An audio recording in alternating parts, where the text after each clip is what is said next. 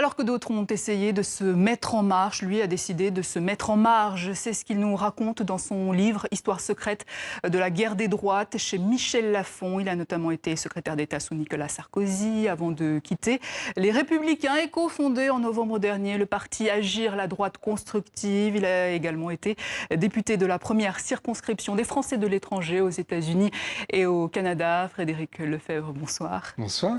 Alors on voit bien qu'il y a une différence entre 2007 et 2018. Vous dites dans votre livre que la politique politicienne s'est terminée. À quoi vous aspirez aujourd'hui ? Agir, c'est le nom de la formation politique à laquelle j'ai participé à la naissance de ce nouveau parti. Et je pense que c'est ça aujourd'hui, ce qui doit rythmer la vie des hommes et des femmes politiques, c'est l'action. Alors que malheureusement, ils se perdent souvent dans des débats et dans des guerres. J'essaye de dire dans le livre combien, y compris le vocabulaire d'ailleurs politique. Regardez, les QG, les quartiers généraux, c'est bien un vocabulaire. Les militants, ça vient de la racine militare. Et je décris dans ce livre une violence inouïe que les gens n'imaginent pas d'ailleurs dans le monde politique.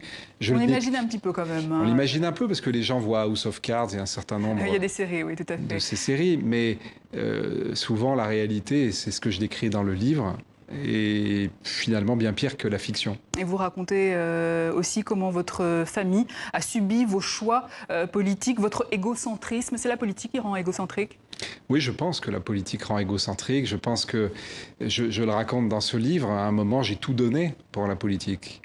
J'ai commencé extrêmement jeune. J'ai rencontré Nicolas Sarkozy, j'avais 18 ans. Je l'ai accompagné, conseillé pendant près de 20 ans.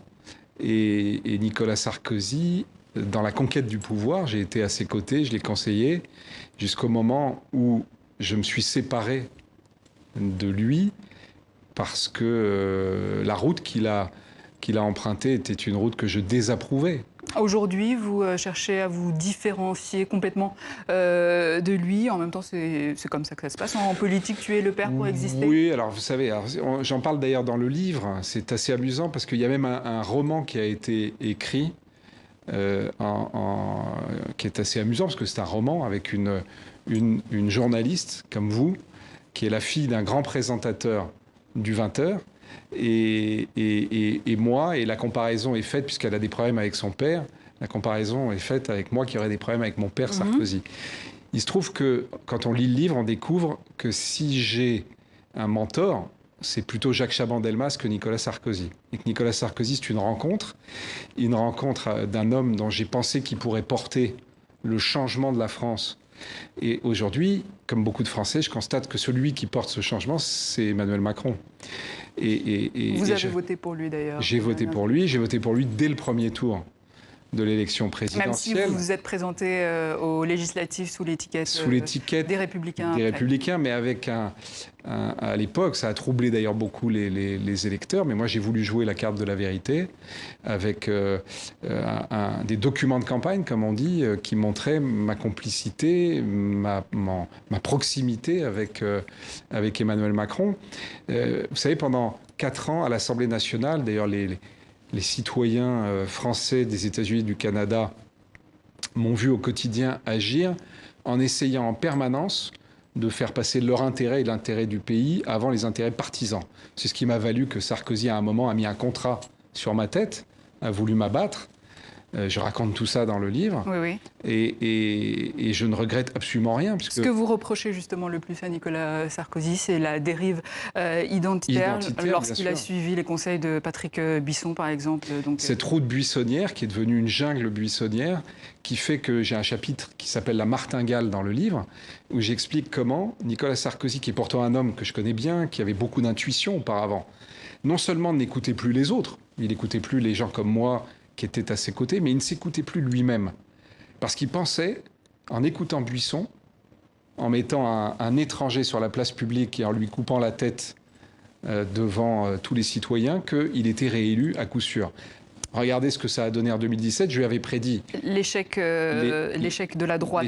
Non mais d'abord, l'échec pour lui a été terrible, y compris à la primaire.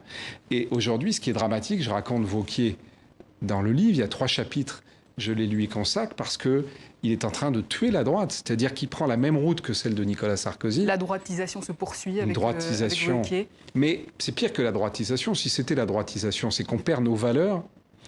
Et que ce qui est grave, c'est que Sarkozy a joué les apprentis sorciers. Mais lui, il a du charisme, il a une colonne vertébrale, Sarkozy. Et donc la boule de feu qu'il créait, il était capable de la maîtriser avec son magnétisme. Laurent Wauquiez, c'est un homme qui est sans foi ni loi, qui n'a pas de colonne vertébrale. C'est un acteur de série B quand on compare à Sarkozy qui serait une star. Et lui, il joue l'apprenti sorcier. La boule de feu qui est en train de sortir, il est absolument incapable de maîtriser quoi que ce soit. Il va droit dans le mur en il se est en train de détruire la droite. Marion Le Pen. Il est en train de détruire. C'est ce que vous dites dans le livre.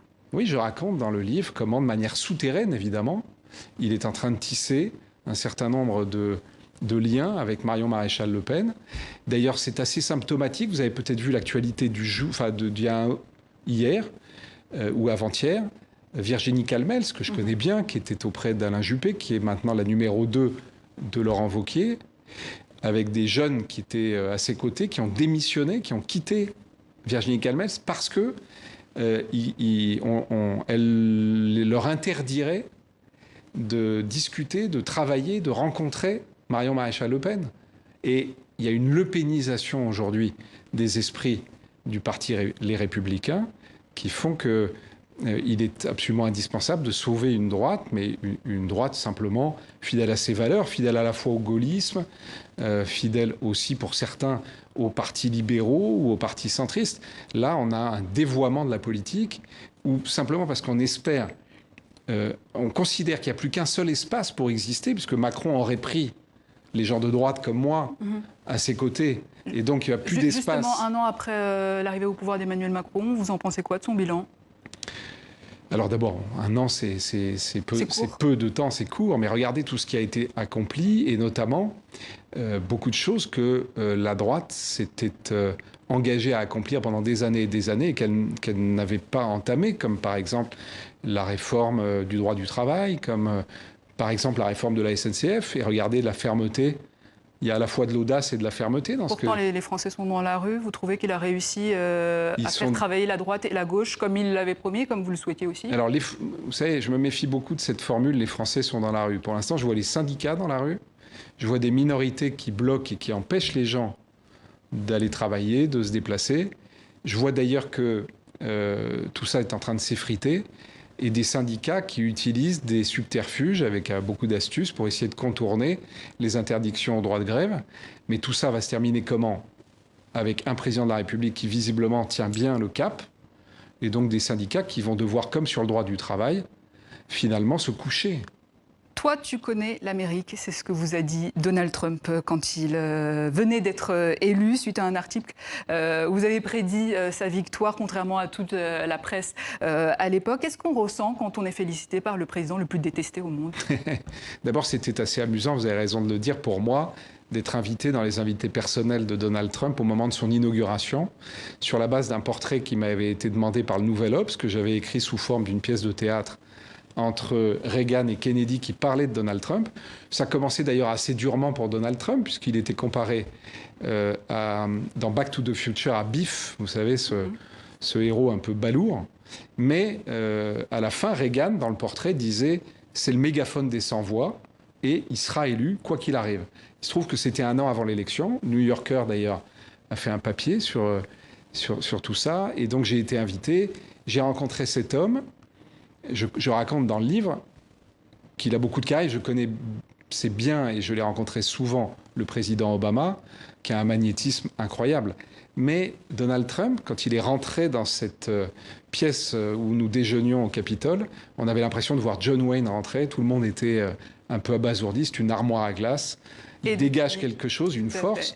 Et quand il m'a dit ces mots, je le dis en souriant d'ailleurs dans le livre, parce que quand il me dit « toi, tu connais l'Amérique parce que j'ai prédit sa victoire », j'ai bien compris qu'il se faisait un compliment à lui-même plutôt qu'à moi. Et depuis, beaucoup de choses se sont passées aux États-Unis, dans le monde également. Le retrait des États-Unis de l'accord sur le nucléaire, à quoi il joue, Donald Trump ? Alors vous savez, c'est assez complexe. D'abord, on n'a pas à être étonné, puisque tout le monde considérait qu'il ne serait pas élu. Mais à partir du moment où il a été élu, il a dit qu'il appliquerait ce qu'il avait annoncé qu'il appliquerait. Or, tout ça, il l'a annoncé.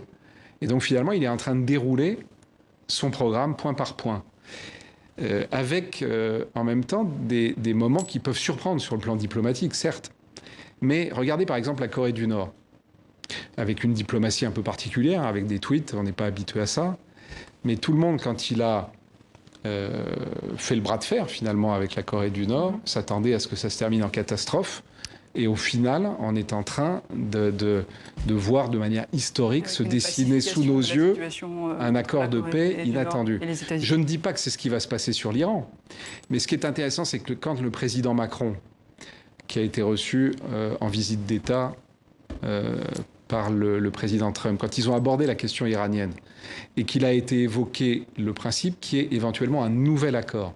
En réalité, on comprenait déjà, puisqu'il ne s'en cachait pas, que l'accord actuel serait rejeté par l'Amérique. Et est-ce que c'est une chance alors pour la France ou pour l'Europe de se dégager de cette tutelle stratégique américaine? Tout le sujet va être celui-là. Est-ce que la petite Europe va lâcher la main du grand Américain?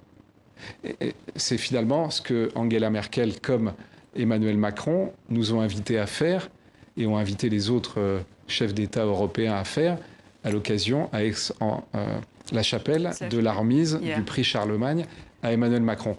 L'avenir va nous le dire. Mais ce qui est important, c'est que aujourd'hui, moi, je ne veux pas considérer que c'est le pire qui est devant nous.